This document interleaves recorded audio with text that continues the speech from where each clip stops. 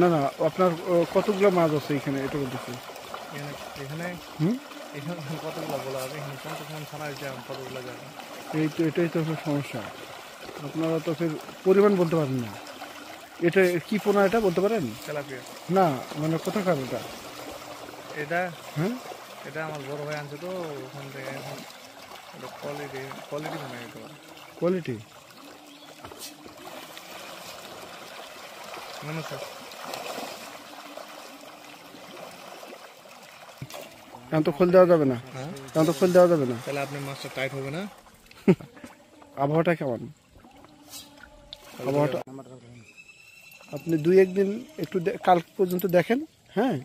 যদি তারপর সমস্যা হয় তাহলে আপনি আমাকে এই নাম্বারে ফোন দিন, ঠিক আছে? 01769 459